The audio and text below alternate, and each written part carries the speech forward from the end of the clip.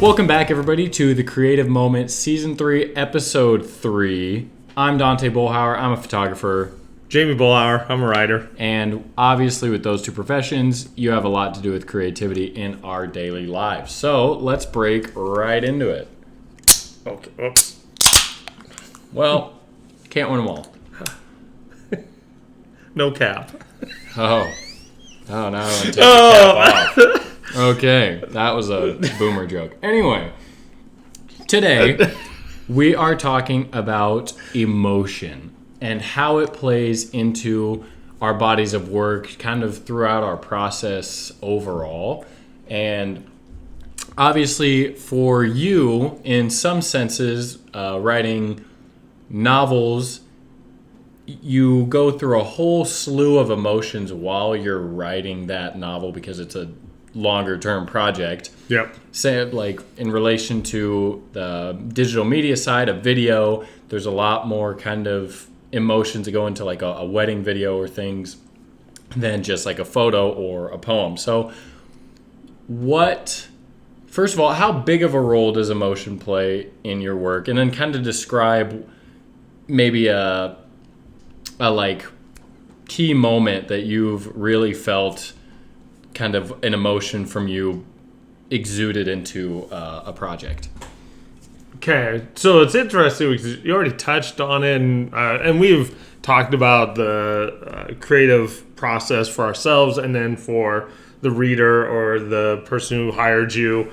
And emotion overall plays a huge factor, I think, in both creation, but then also in the finished product. And depending on the piece, so you're in the midst of a big time in your business with all the state, so you're supposed to get the crowd hyped up, and now you may not feel that, what I'm saying, as a creator, but that this finished part has to do that. And so it's an interesting and complex question, and because there's some people, poets and stuff too, that like there's no such thing as happy poetry or along those lines. And so the first part that I will address is for the reader, for me, or for the consumer, because sometimes even as we're just starting, I was thinking about when I write blog posts, because sometimes I'm set to kind of write a negative or I'm talking about doubt or stuff like that, and I end up creating an ending that is more positive or is inspirational, when that's not actually how I felt, or even as I felt as I finished writing. I'm like, because I just, about 2 months ago, I wrote one about being filled with doubt and stuff like that. And my purpose was not to make it inspirational. That's not how I was feeling. But as I was writing it, as I was thinking about the reader and things like that, I was like, okay, the overall message, I don't want them to feel that way. I want them to recognize and connect and know that it is, but in the overall scheme, that a low point just means you're going to start climbing. And in novels and some of my longer work, characters they don't stay in one emotion. And in fact, even if we have a rough time, or even if we have a really good stint in life and we're really hyper and stuff, we don't stay in one emotion very long. And you can't create characters and stuff that just stay in that emotion, because then that doesn't connect to the real life experience that, in my case, somebody would be reading, the few of the longer short stories or the couple novels I've got. Word count, I'm coming. I've got a couple. They might be done by this summer. I'm really hoping. And so you have to, as a creative, I do. Obviously, rough drafts are always for me. second drafts are always for the reader or something along that lines. And I do consider and really think about how they're going to respond. Because even I've got the second book, I've got some word countdown for the Twin Valley story, and I've got a really rough section in there. And I've read it to my writing group, and they're like, "Wow, that's real." But I know I've got to bring the reader out of that also. I mean, we got to sit in that moment, but then we got to move, and I got to build towards a deeper theme with it. So, yeah, you got a different view of this. So you got you got lots of different work too. Yeah, and obviously I've talked a lot about short films in this podcast and stuff. Just recently, I'm in the middle of the winter sports state season for high school. I just saw my actual, so for specific events, I have videos that play on big screens, jumbotrons, video boards, and that's always the coolest experience watching my work up there because I literally see and feel and hear the consumer's reaction. And so I just had my state wrestling video play in front of like a sold out CHI Health Center. I got to watch it. It was super cool. And I think that, like, knowing kind of, we talked about the definition of success on this too, but I think that real and kind of true quality art is how well it brings that emotion out of the consumer. Like, I know when I'm editing a video, if I'm watching it back and I'm getting an adrenaline rush and I don't even like wrestling, sorry, I don't, then I know that video hopefully will, like, most likely exude, get the crowd pumped, get the wrestlers pumped, that sort of thing. And so it plays a huge role in almost everything because it's not just, oh, look at this cool landscape, look at this cool, like, photo. I want to take them on that kind of emotional journey that I was on. And for photos, a lot of that comes out in the edit, but it also comes out in composition.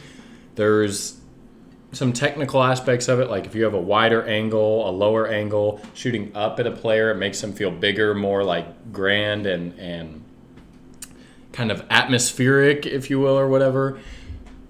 So there's technical parts that just are kind of like proven to get emotion, but then I want them to feel what I felt creating the product. And it's just so cool to be able to see it really come to life and kind of reassure you when you see something play. Like when you read to Twitter Space or something, you get that like live reaction that really helps reassure you that you are pushing that emotion out and having it be on that paper or that photo. Yeah.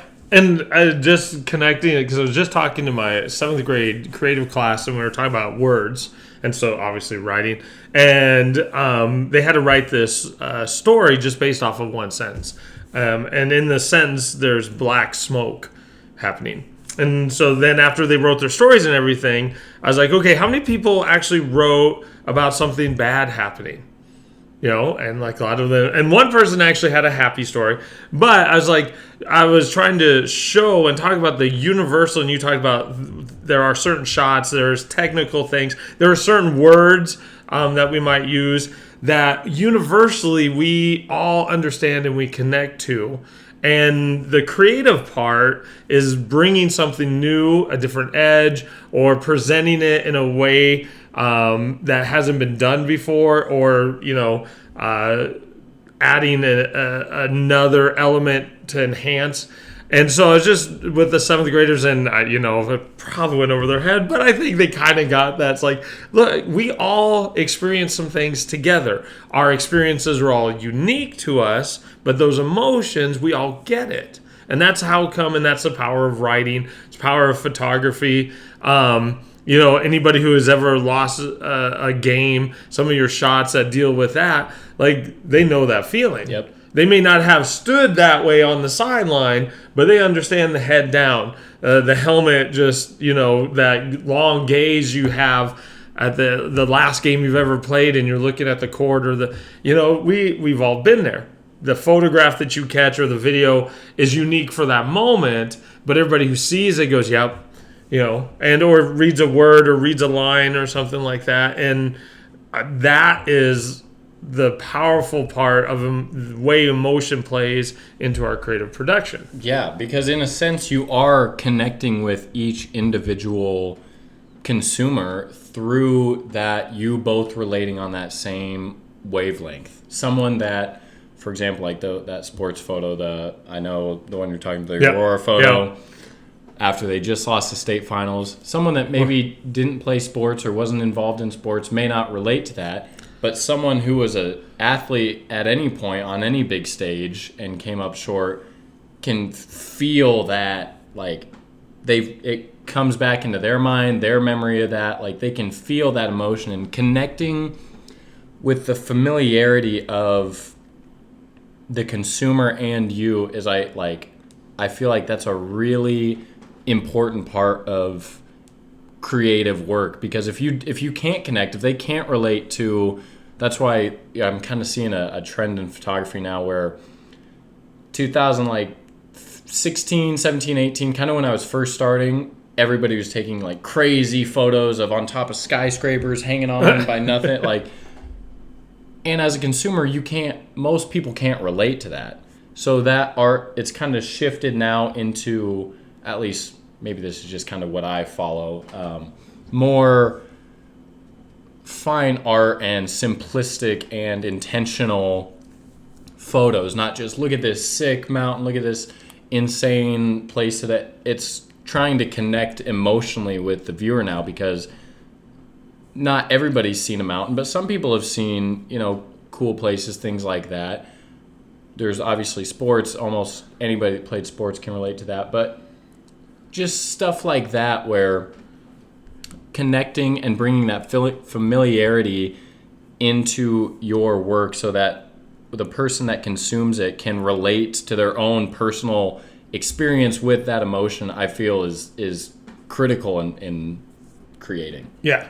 And so a deeper question, and we've talked about a couple of it, but you had mentioned you were starting to feel hyped as you were building the hype video and stuff, but I know that you work some tough hours and as you create. So in the world of poetry especially, there are some people like, and even Langston Hughes mentioned that he didn't really write a lot of positive poetry. He's like, I didn't write when I felt good. I felt when I felt sad, and so to create a great end product, do you have to experience the same emotions?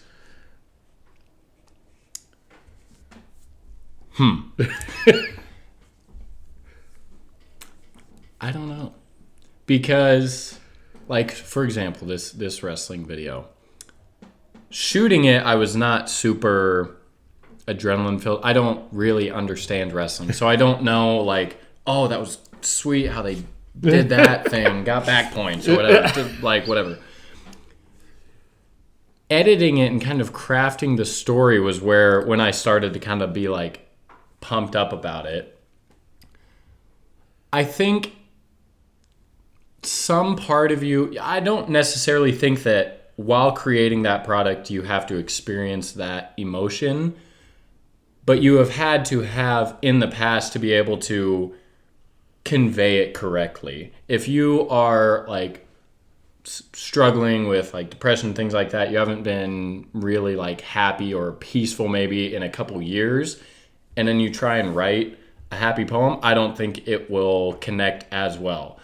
But if you have something to look of a vivid experience or memory of that emotion, I think that if you can pull that out from the archives of your memories, no matter what you're feeling, I think you can still kind of put that emotion into that piece of work. Like, so the first state wrestling video is the one I was really hyped on. The second one, I woke up at 3:30 a.m. because I was too tired at midnight to do it. And all I was really thinking about was like, I'm just excited to go home, to be honest.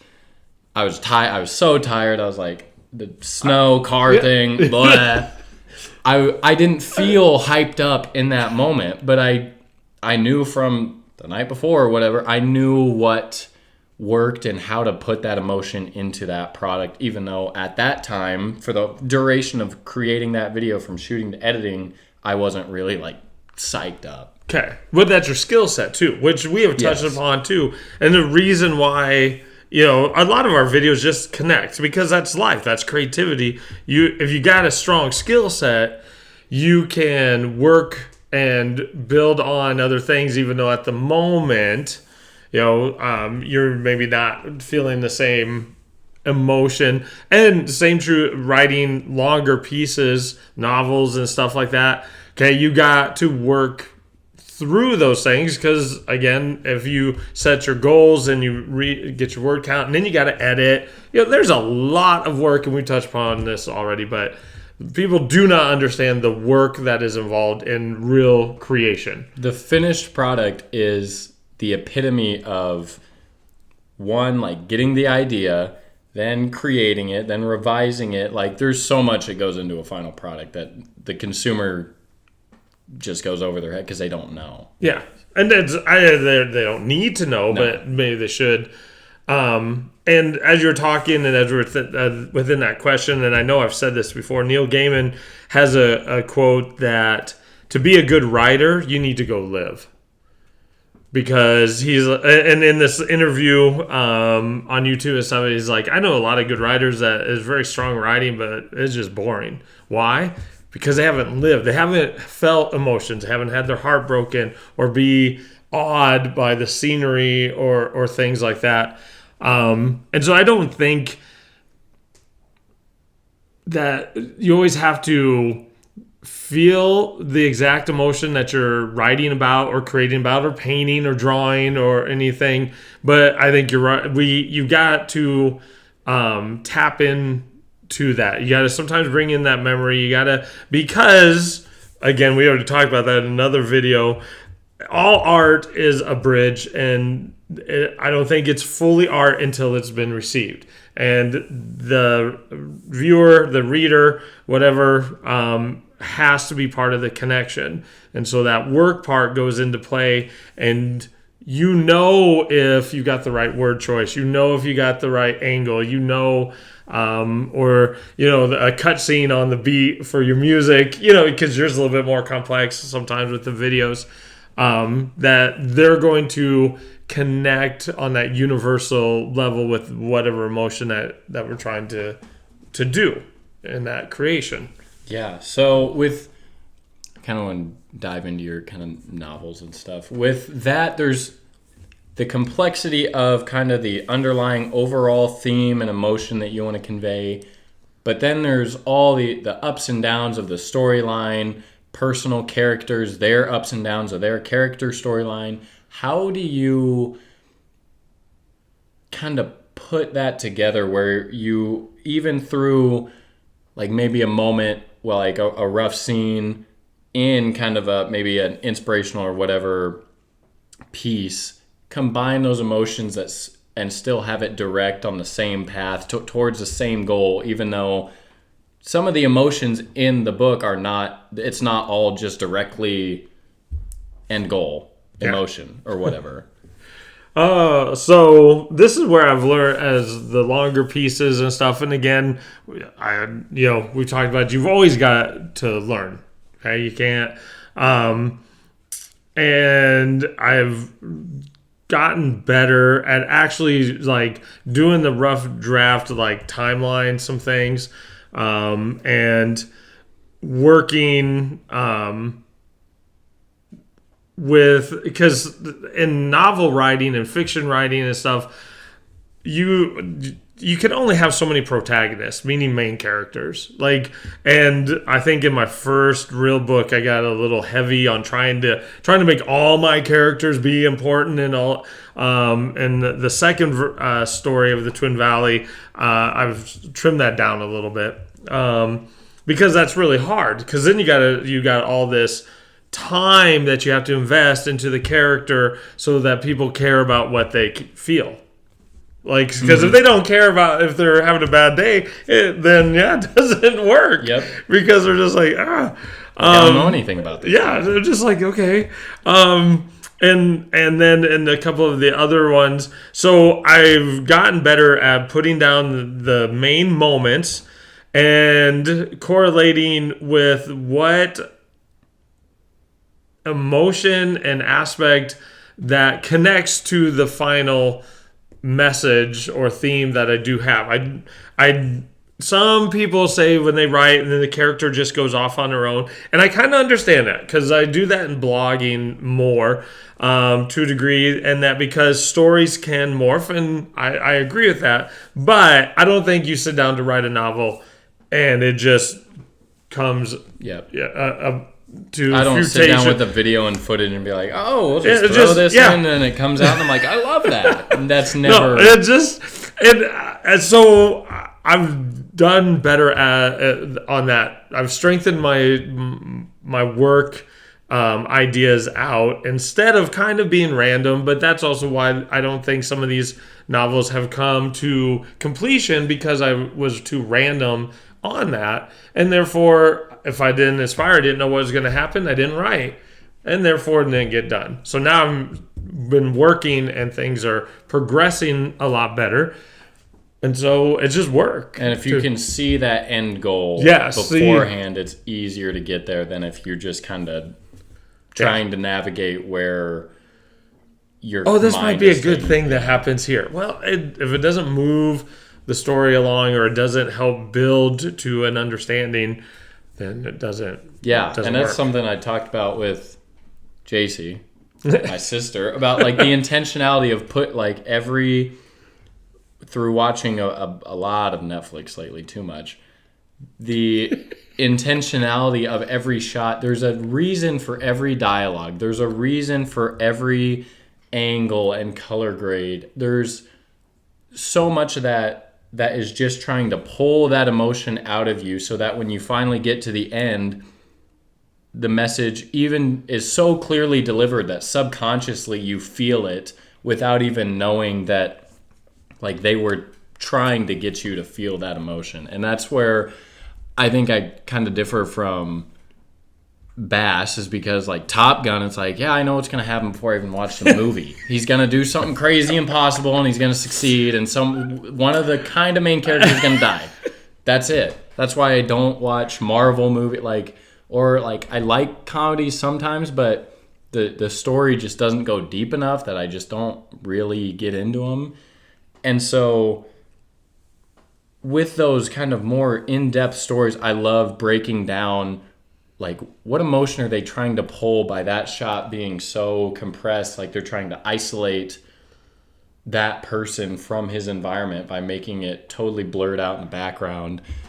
And that's stuff that true art and real, like, high quality things, you have to think about that in almost every sentence, every line, every photo, every video, to be able to execute that final theme message properly. Yeah.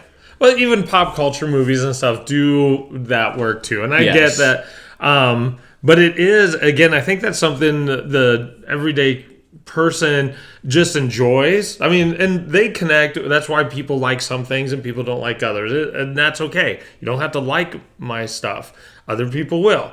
Because it's building that connection. But the intention of stuff, I was just thinking as you were talking, which one of the newer Star Wars, where the spaceship blew up and there was no sound. And I remember the theater said, the film is not broken. There is because people are so shocked of having silence. But when something explodes in space, there was no music to bring. This was just like it was supposed to hit you. But the theater had to put up a sign because people were like, hey, there's something wrong. And I just thought that was cool, because all space movies and everything have all this noise that goes, and for that shot, I can't remember which one it is, but that's okay. It just and it blows up and there's just nothing. And all you see is all the flame and the shrapnel, and it just it hits differently. And they had to, because it's such a habit to have noise, background, music, whatever on all those scenes, but they wanted that moment for you to just just kind of be you and what you're seeing. Yeah. It didn't want. Yeah. So connecting this to The Office, their spaceships to Michael Scott.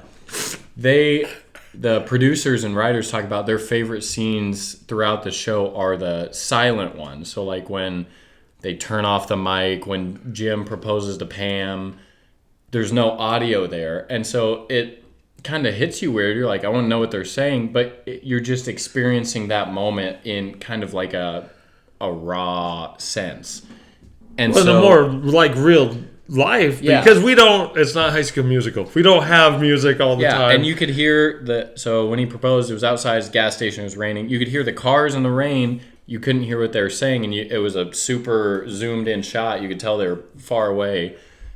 It's like it brings that moment for them. It feels more personal, and like that's something you wouldn't normally expect. It's a big moment. You want to hear the audio, and they chose to do that, and I think it executed it like perfectly.